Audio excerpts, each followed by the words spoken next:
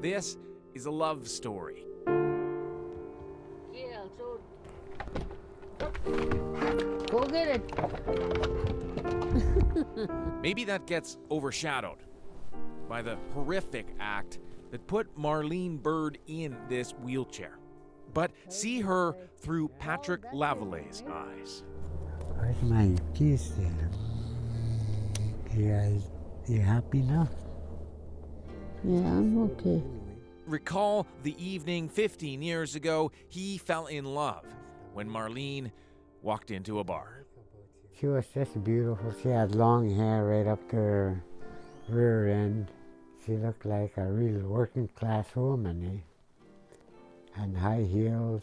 I told James, now that's the woman I want, I said, eh? Because I didn't know nothing about her. And he laughs at me and he said, smarten up, Patrick, that's my sister, he goes.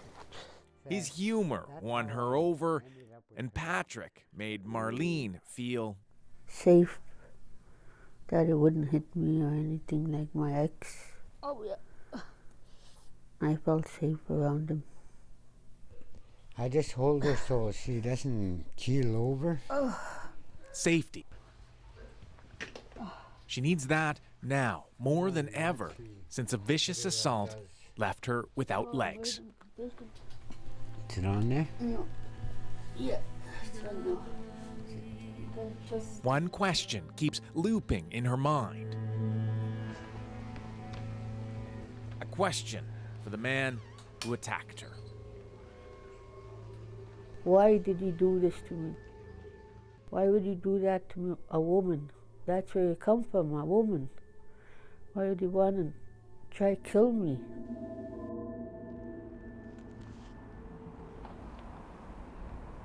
Prince Albert, Saskatchewan.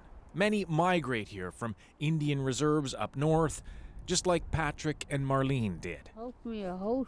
They've been a couple a long time now, both alcoholics, both homeless.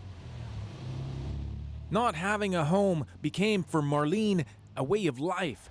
She'd sleep at her auntie's or friends or the homeless shelter. In the winter, they let people sleep downstairs. They had a lot of beds. So many people could sleep as long as they get there. And that started to feel like normal. yeah, it started to feel normal for me.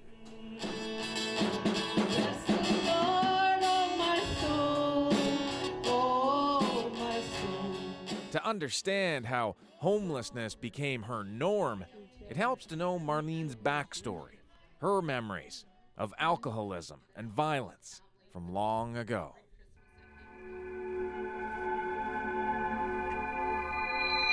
Memories from her childhood in the north. I remember playing with dolls, and they'd be inside drinking. When they started getting loud, that's when I knew Dad bought something again. I wonder what they like out of this. So I started drinking that wine, me and my little brother. She was taken away to residential school. When we were done the supper, I was still hungry, and I'd go behind the kitchen and steal some apples. But that one day I got caught from a worker, and she sent me to the room. Stay in your room, she told me. But I was hungry, I told her. Marlene was sexually abused there. Abuse continued into adulthood at the hands of a former partner. Just a little while after I met him, he started getting jealousy and started hitting me. Mom told me, you got hit again. I could see her black eyes from the side. She endured years of beatings, but what broke her, believing her eldest daughter had been abused, though her daughter has no memory of it. I took her to the police station, and they put her on the camera, and she was too scared. I was so upset that he didn't get caught, and I felt I was to blame. I was just abusing myself with drinking. They put my kids in a home because of my drinking.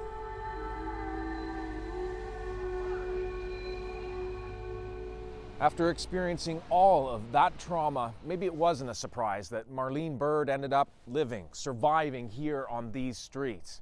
And it was on these streets, late one June night, that a vicious attack left Marlene fighting for her life. Those who found her here, beaten, burned, barely alive, said it was like a scene from a horror movie. She was flown to a burn unit in Edmonton, clinging to life. Marlene Bird became the latest Aboriginal woman victim, a hashtag, a statistic. Demands intensified for police to find answers. By July, Marlene had emerged from her coma, face reconstructed, skin grafted, a double amputee, struggling with memories of the attack, memories clearer every day. She remembers sharing a bottle with her cousin. Then she left a downtown store and joined a trio of drinkers. I remember walking with Dene people. They said, "We have a drink too." I said, "I have my own." I said, "No, come with us. We'll all go have a shot." I know there was 3 of them for sure. And I thought they're my friends. Then all of a sudden, somebody started hitting me on the head with a board with a nail on it. And then I started to get weak.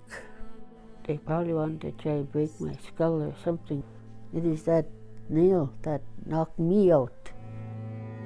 And then I just laid there and they abused me.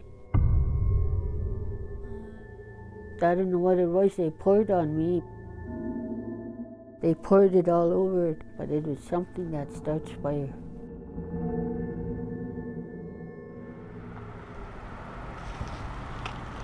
One month after the attack, 29-year-old Leslie Black was charged with attempted murder and aggravated sexual assault. Black has yet to enter a plea. No allegations have been proven in court. Focus shifted to Marlene's well-being. Remarkably, she asked the court to lift a publication ban on her name. Over $30,000 was raised, put in a trust managed by a lawyer. Things were looking up. Marlene was moved to a Saskatoon hospital. Promises were made for aftercare. But something went wrong. When Marlene insisted on returning home to Prince Albert, she was shipped there in a taxi. Nowhere to live, she started drinking again. That landed her back in hospital, battling alcoholism, no long-term plan for detox or housing.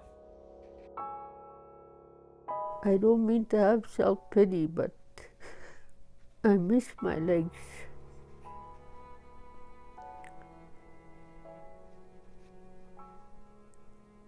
And I hate depending on other people, but I have to now.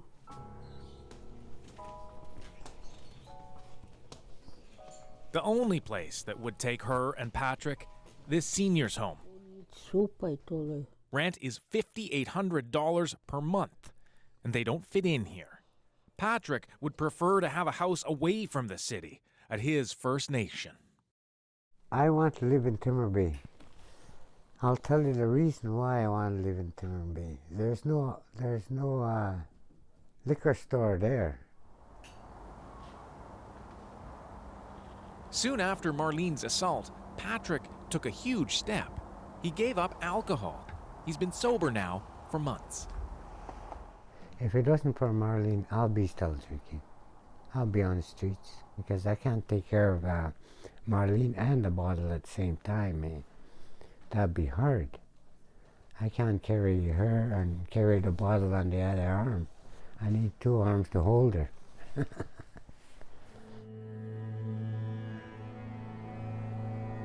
But Marlene is coping with her trauma the best way she knows how, by drinking.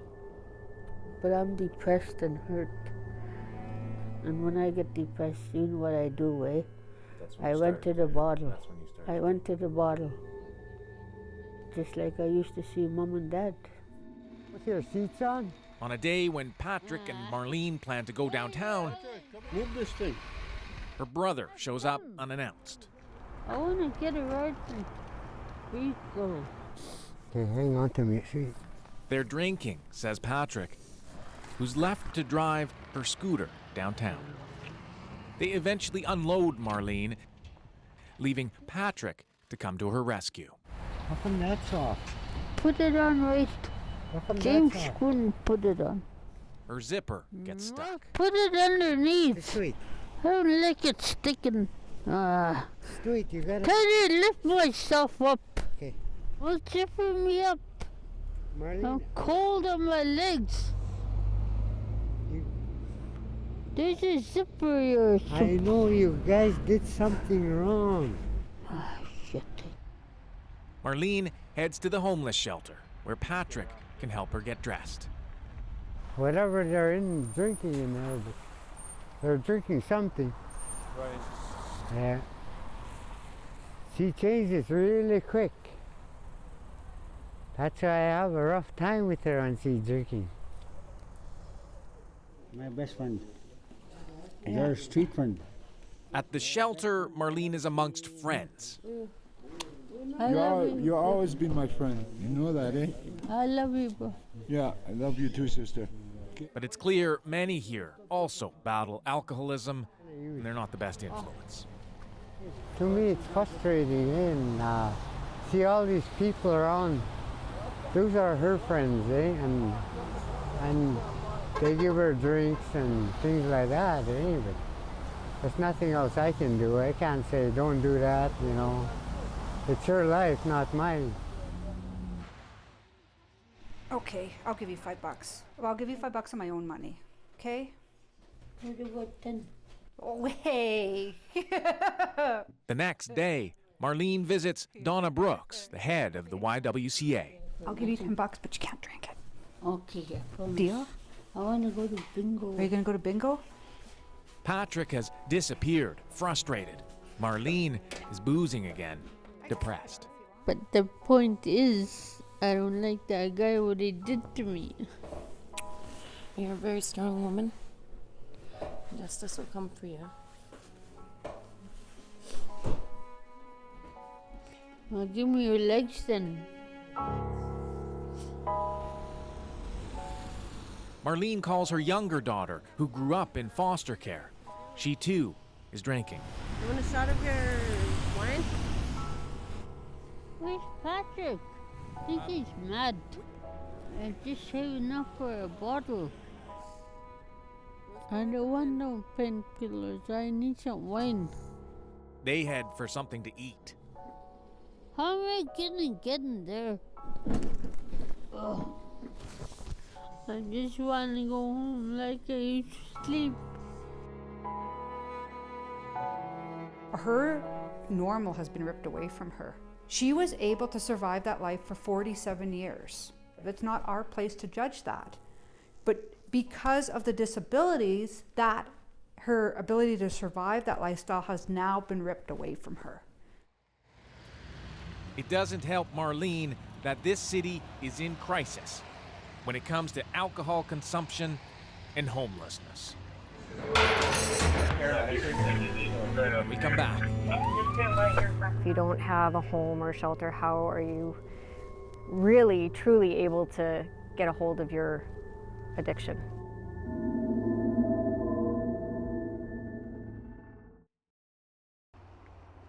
Prince Albert residents were shocked by the vicious attack on Marlene Bird, but her plight served a dire warning.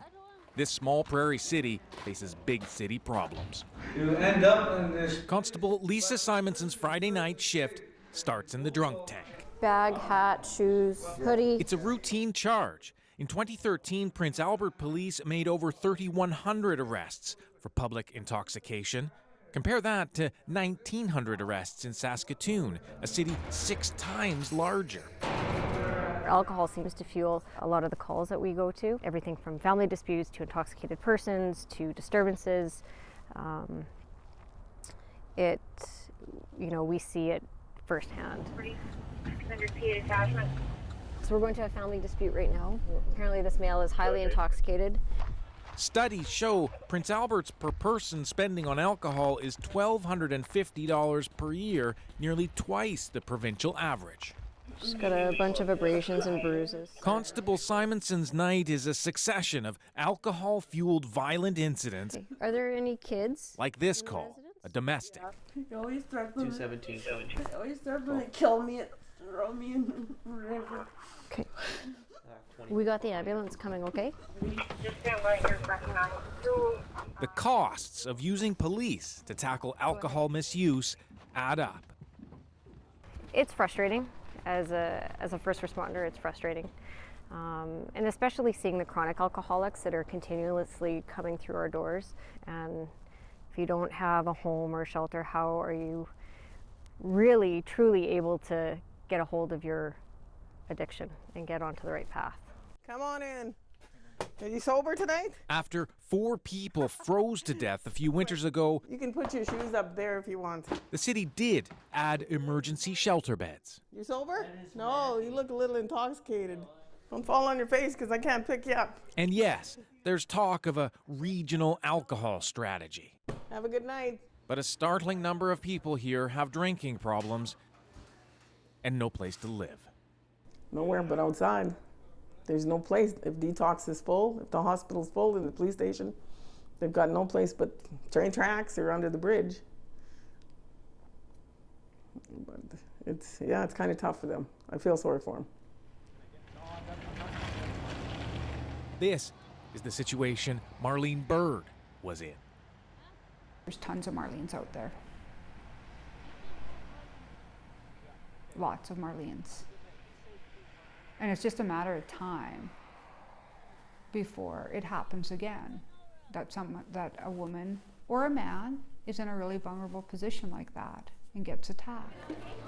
Okay, there's one part. Did you have something to eat? I can put these somewhere. This is where the vulnerable gather for a meal, some cheer. Oh, I could sit right there at the end. This is Patrick and Marlene's community. Marlene is sober again. She's a survivor, always has been.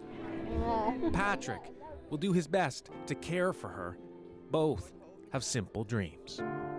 For me, it's a home, because I like being independent. And I dream about myself having legs, and I wake up and then I got no legs. I dream about myself walking far like I used to. It's just that I gotta try to get used to myself being like this, like other people too. They're disabled and they're used to that now, I guess, and they don't drink. That's what I want to be, strong like them. When asked about the future, if they'll be together, say 3 years from now, I don't even know if I'll be together when we get out of here.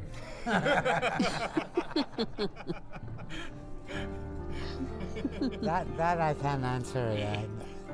But right now, you know, I love being with her. I like taking care of her. this is Marlene's story. Just one story Rough trails. Oh. of so many Aboriginal women who experience violence in Canada. Give me a right. Patrick, they're probably taking a picture of you. Duncan McCue, CBC News, Prince Albert, Saskatchewan.